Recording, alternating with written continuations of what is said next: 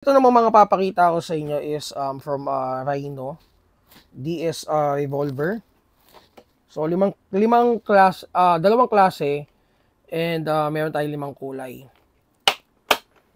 Okay, so mga sample lang to dito limited lang. So ito yung short na color black. 6mm pa rin siya, CO2. Teka, ayusin ko lang tong camera ko.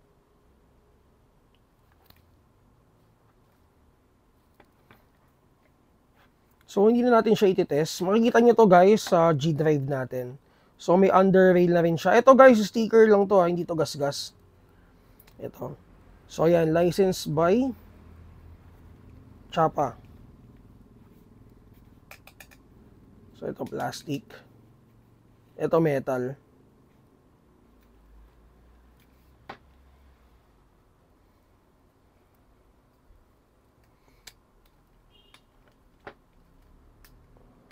Yan. So, pwede kayo mag Russian roulette.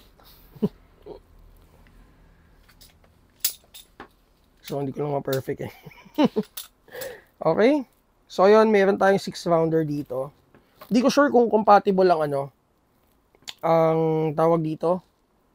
Ano nga ba yung natin? SRC na na shells. Pero tingin ko kasukat naman. Okay, so ito yung color black. Combination with color brown na handle. Sobrang solid. And sinamahan ko na siya ng case. Since dumating sa atin is ganito lang siya. Sinamahan ko na rin siya ng anong tawag dito? Wolf case. Okay, so sinamahan ko na rin siya nito. So pakita ko sa inyo yung ibang kulay.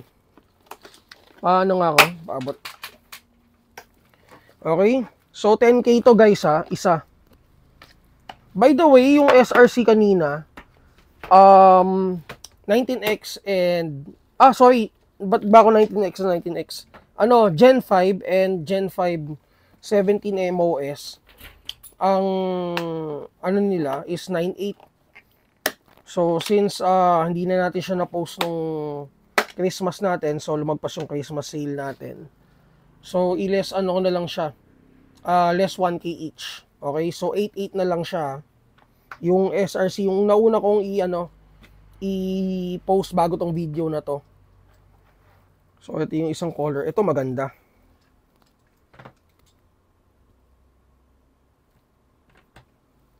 Ito maganda. So, ito yung top view niya.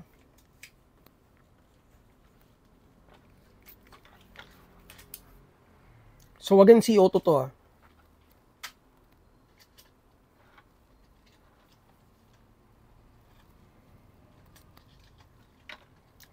Okay?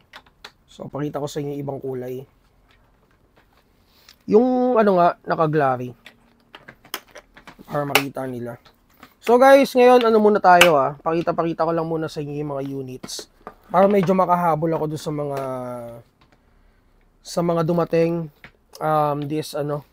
nitong December. Yung Army armament natin, guys, parating na rin yun. Hintay-hintay lang kayo. So, this month, alam ko madami nag-aantay sa inyo ng Army armament kasi na din yung mga staccato. Hintay-hintay lang tayo. Okay? So, ito yung mahabang version nung kaninang pinakita ko. So, may rail na rin siya. May under rail for attachment. Kagandahan dito, pwede nyo lagyan ng accessories. So, ayan, pwede nyo maglagay ng optic dito, reflex sights.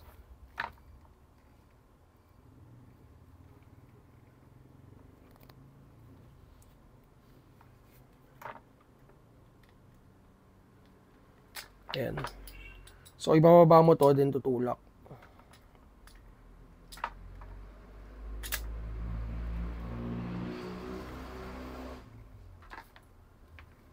Okay? So guys, check nyo lang to sa G drive natin. Patingin nga nyan, patingin.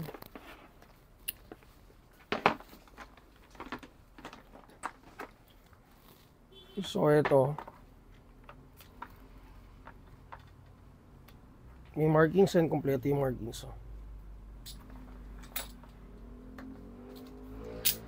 Okay guys, check nyo na lang guys ha sa G Drive natin. So i-update ko na to ngayon doon.